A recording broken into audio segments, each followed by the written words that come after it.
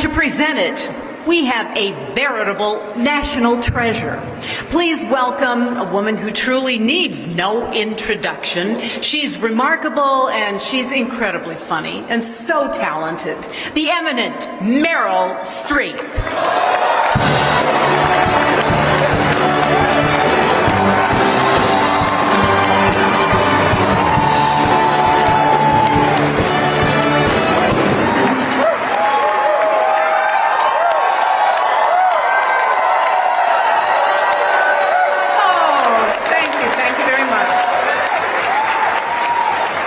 I want to say to Billie and Finneas that you have delivered the Barbie love bomb. You've saved the movies last summer, all of our jobs. You've delivered joy to countless generations and genders of people. And you should surf that wave, kids, until you're old and deserve to be jaded like me. I also want to say to Paul Giamatti, whose beautiful work in Holdovers is just stunning. I want to say to him that long ago I also received the Icon Award. And it isn't really like being Jesus or Marilyn. You do get over it. And you get through it. So I'm here for my beautiful friend, Carey Mulligan, who is the International Star of the Year. And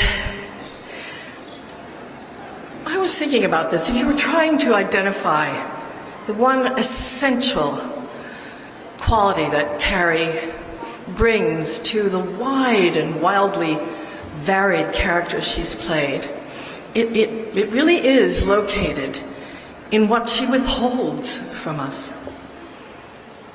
I mean, the emotion in her characters is always palpable and full and felt,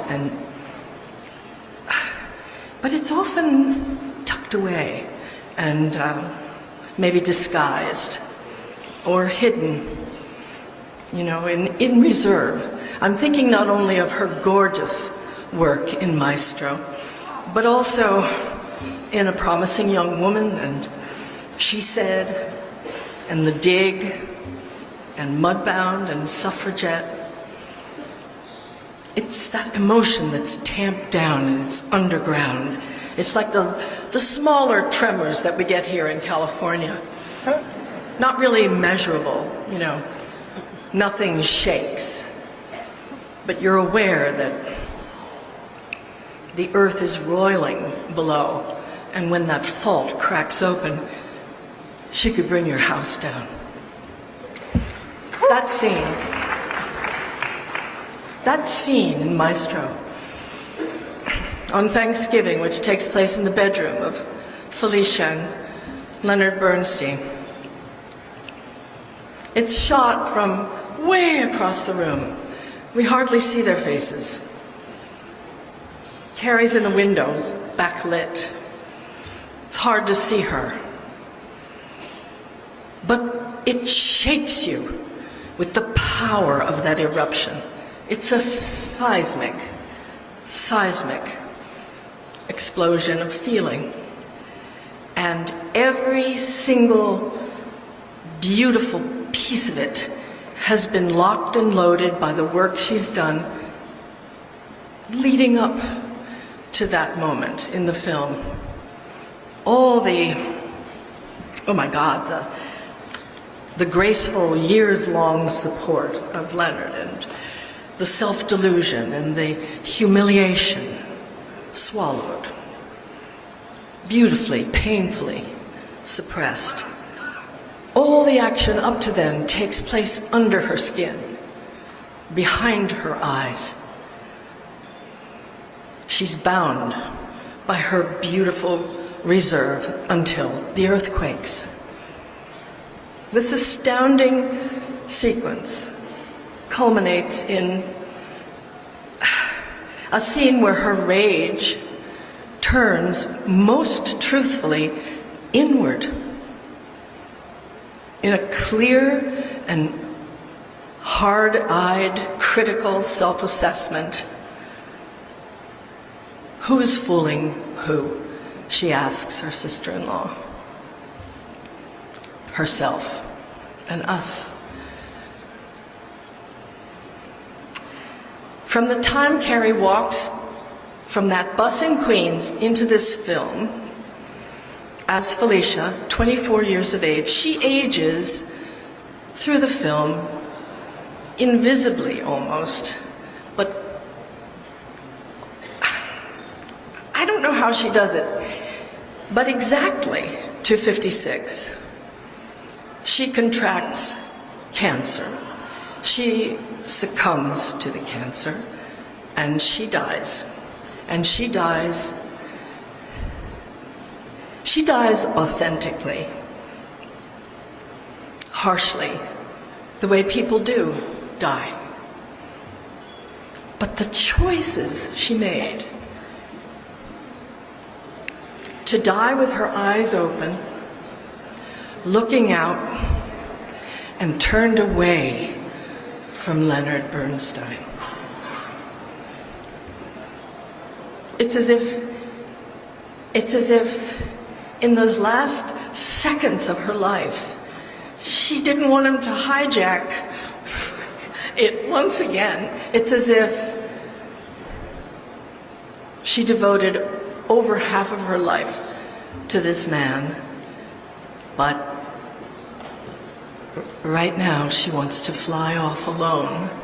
It's such beautiful, shocking work. It's craft, and it's married to genius acting.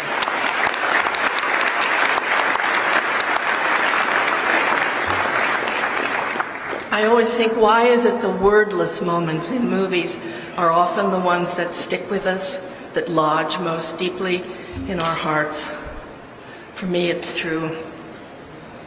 No offense, Josh Singer, who I'm sitting with, but or the screenwriters, but it is that. Here's a swift flyover, some clips of some of her work from the last 15 years.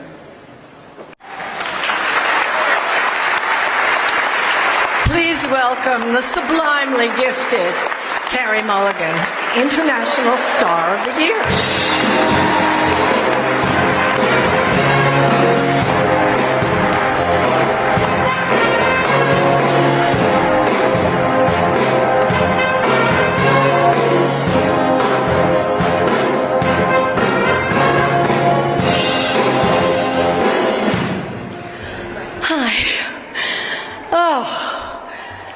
It's Meryl Streep.